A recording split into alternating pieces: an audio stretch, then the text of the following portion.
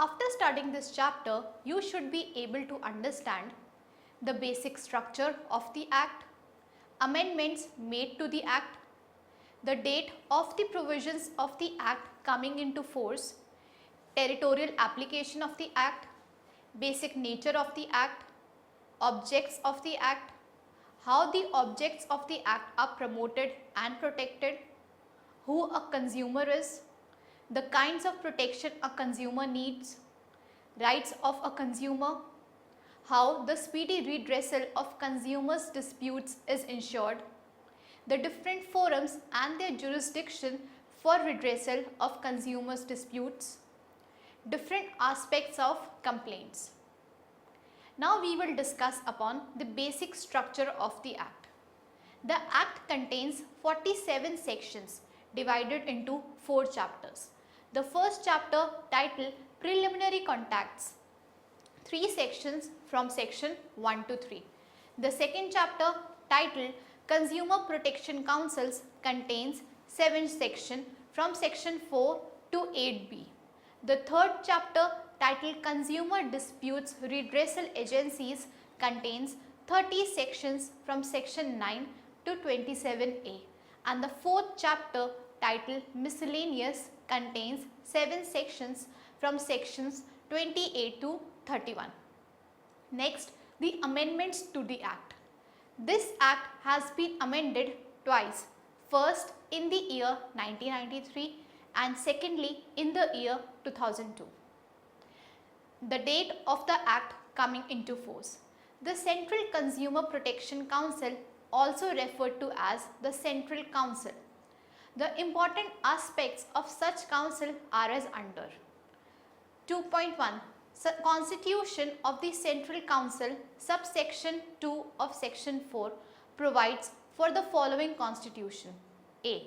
The minister in charge of the consumer's affair in the central government shall be its chairman, and B. Such number of other official or non-official members representing the prescribed interest. Rule 3 of the Consumer Protection Rules 1987 provides that the number of members shall not exceed 150 and also specifies the composition of the council. 2.2 Term of the Central Council. The term of the Central Council shall be 3 years. 2.3 Objects of the Central Council. As per section 6 of the Act, the objects of the Central Council shall be to promote and protect the rights of consumers, such as: first, the right to be protected against the marketing of goods and services which are hazardous to life and safety. Second, the right to be informed about the quality, quantity, potency, purity, standard and price of goods and services so as to protect the consumers against unfair trade practices. Third, the right to be assured wherever possible access to a variety of goods and services at competitive prices.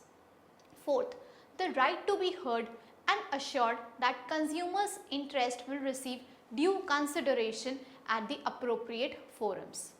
Fifth, the right to seek redressal against unfair trade practices or restrictive trade practices or unscrupulous exploitation of consumers. And last, sixth, the right to consumer education. 2.4 Procedure of the meeting of the Central Council. As per section 5, there may be as many meetings of the Central Council as are necessary, but at least one meeting shall be held every year. Further, the Central Council shall meet at such time and place as the chairman thinks fit. The Council shall observe such procedure in regard to the transactions of its business as prescribed in Rule 4 of the Consumer Protection Rules 1987. 2.5 Recommendations of the Central Council and its monitoring. For the purpose of monitoring the recommendations of the Central Council, the central government may constitute a standing working group from amongst the members of the Central Council under the chairmanship of the member secretary of the Council. The standing working group shall not consist of more than 30 members and shall meet as and when considered necessary by the central government. Now we will discuss upon the territorial application of the Act. Territorial application of the Act. The Act applies to the whole of India except the state of Jammu and Kashmir. Now we will discuss upon the basic nature of the Act. Honorable Supreme Court has held in 1994 that this Act is a social benefit orientated legislation. Its provision should therefore be construed in favor of the consumers. The primary duty of the court is to adopt a constructive approach and it shall not do violence to the language of the provisions. Next, we will discuss upon the objects of the Act. The basic object of the Act is to provide for the better protection of the interest of the consumers. To achieve this basic objective, the Act provides for the establishment of the Consumer Protection Councils and other authorities for settlement of consumer disputes. The objects and reasons for the passing of the Act may be enumerated in short as under. First, the right of the consumers to be protected against the marketing of goods and services which are hazardous to life and safety. Second, the right of the consumers to be informed about the quantity, quality, potency, purity, standard and price of goods and services so as to protect the consumers against unfair trade practices.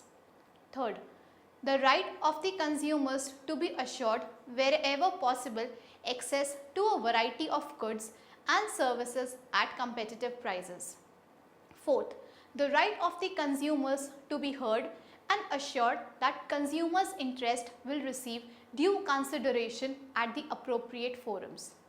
Fifth, the right of the consumers to seek redressal against unfair trade practices or restrictive trade practices or unscrupulous exploitation of consumers. Sixth, the right to consumer education. Now we will discuss upon how are the objects of the Act promoted and protected. These objects are promoted and protected by the Consumer Protection Councils at the center and state level. Now we will discuss upon who is a consumer. The Act is for the consumers and hence let us understand who a consumer is.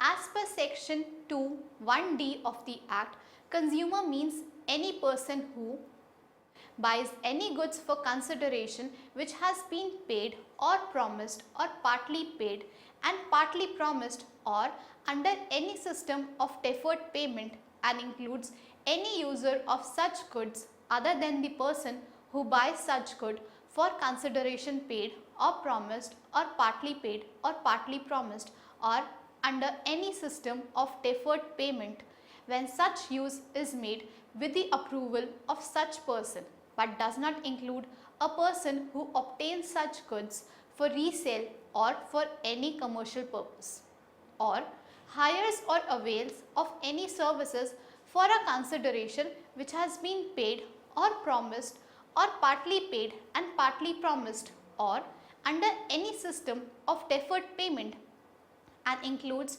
any beneficiary of such services other than the person who hires or avail of such services for consideration paid or promised or partly paid and partly promised or under any system of deferred payment when such services are availed of with the approval of the first mentioned person but does not include any person who avails of such services for any commercial purpose. Explanation for this. For the purpose of this clause, commercial purpose does not include use by a person of goods bought and used by him and services availed by him exclusively for the purpose of earning his livelihood by means of self-employment. Thus, based on the above definition, a consumer means any person who buys or agrees to buy goods and any user of such goods. Further, this term also means any person who hires or avails of any services and any beneficiary of such services. Person for this purpose includes a firm, whether registered or not, a Hindu undivided family, a cooperative society, and every other association of persons, whether registered under Societies Registration Act or not. Goods and services for this purpose mean goods and services of almost all kinds unless central government notifies any good or services for exemption. A case law on the term consumer, Lakshmi Engineering Works v. PSG Industrial Institute. It is in the AIR 1995 SC 1428 is to 1995 AIR SEW 2114. Proprietary concern established under Employment Guarantee Scheme purchased machine for carrying on business of manufacture of machine parts. Purchaser entered into an agreement with the company for supply of certain parts to be used by the company in its product. Machinery was supplied beyond stipulated time and was also defective. It was held that in fact and having regard to the nature and character of machine, the machinery purchased was not goods purchased by purchaser for use by himself exclusively for the purpose of earning his livelihoods by means of self-employment. Thus, the purchaser was not a consumer. Now we will discuss upon what kinds of protection does a consumer need. As the name of the act indicates, a consumer needs protection, and hence the question arises as to what types of protection a consumer needs. A consumer needs protection against the following four things. First, unfair trade practices. Second, restrictive trade practices. Third, defects. Fourth, deficiencies. Now we will discuss upon what are the rights of a consumer. The following are the rights of a consumer. First, right to safety against hazardous goods and services. Second, right to be informed about the quality, quantity, purity, standard and price of goods and services. Third, right to choose from a variety of goods and services at competitive prices. Fourth, right to be heard. Fifth, right to seek redressal against complaints, and last, sixth, right to consumer education. Now we will discuss upon how is the speedy redressal of consumers' disputes ensured. For this purpose, a quasi-judicial body has been set up at the district, state and central levels. These quasi-judicial bodies will observe the principles of natural justice, and they are empowered to give reliefs of specific nature. These bodies can award wherever appropriate compensation to consumers. Penalties for non-compliance of the orders of these bodies have also been provided. Now we will discuss upon what are the different forums and their jurisdiction for redressal of consumers' dispute. There are three forums as under. The first, Consumer Disputed Redressal Forums, that is the district forum. These forums can entertain claims equal to or less than 20 lakhs. Second, Consumer Disputes Redressal Commission, that is the state commission. They can entertain claim of more than rupees 20 lakhs and less than rupees 1 crore. They can also entertain appeals from the decisions of the district forums in that state. Third, National Consumer Disputes Redressal Commission, that is the National Commission. They can entertain claims equal to or more than rupees 1 crore and also appeals from the decisions of the state commissions. Now we will discuss upon what are the different aspects of complaint. The whole act centers around one of the most important points, that is the complaint. The various important points related to complaint are as under. What constitutes a complaint? Who can file a complaint? Where to file a complaint? What is the limitation period for filing the appeal? Now we will discuss upon what constitutes a complaint. As per section 2(1)(c) of the Act, complaint means any allegation in writing made by a complainant that first, an unfair trade practice or a restrictive trade practice has been adopted by a trader or service provider. Second, the goods bought or agreed to be bought suffer from one or more defects. Third, the services hired or availed of or agreed to be hired or availed of suffer from deficiency in any respect. Fourth, a trader or service provider has charged for the goods or service price in excess of the price. A. Fixed by or under any law for the time being in force. B. Displayed on the goods or any package containing such goods. C. Displayed on the price list exhibited by him or under any law for the time being in force. D. Agreed between the parties. Fifth, goods which will be hazardous to life and safety when used are being offered for sale to the public if the trader could have known with due diligence that the goods offered are unsafe to the public. Sixth, services which are hazardous to life and safety or are likely to be hazardous to life and safety of the public when used are being offered by the service provider if such person could have known with due diligence to be hazardous to life and safety. Next, who can file a complaint? A person to file a complaint should be a complainant. As per section 2(1)(b), complainant means a consumer or any voluntary consumer association registered under the Companies Act or under any other law for the time being in force, or the central government or any state government, or one or more consumers where there are numerous consumers having the same interest, or in the case of death of a consumer, the legal heir or representative who or which makes a complaint. Next, we will discuss upon where to file a complaint.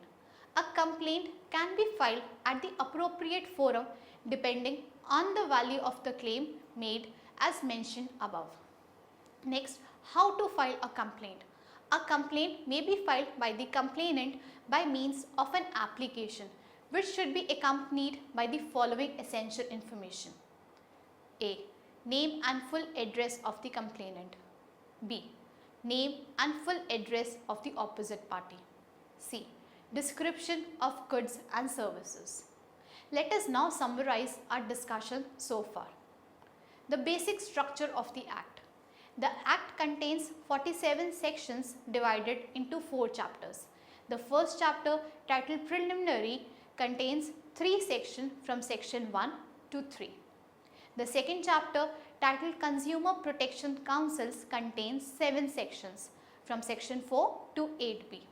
The third chapter, titled Consumer Disputes Redressal Agencies, contains 30 sections from section 9 to 27a. And the fourth chapter, titled Miscellaneous, contains 7 sections from sections 28 to 31.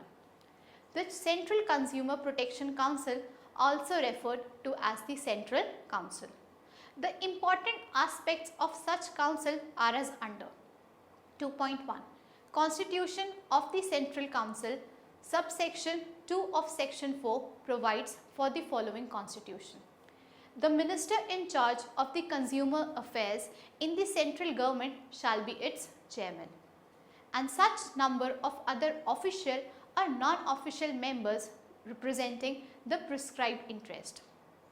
Rule 3 of the Consumer Protection Rules 1987 provides that the maximum number of members shall not exceed 150 and also specifies the composition of the council. How is the speedy redressal of consumers' disputes ensured? For this purpose, a quasi-judicial body has been set up at the district, state and center levels. These quasi-judicial bodies will observe the principles of natural justice and they are empowered to give reliefs of specific nature. These bodies can award wherever appropriate compensation to consumers. Penalties for non-compliance of the orders of these bodies have also been provided.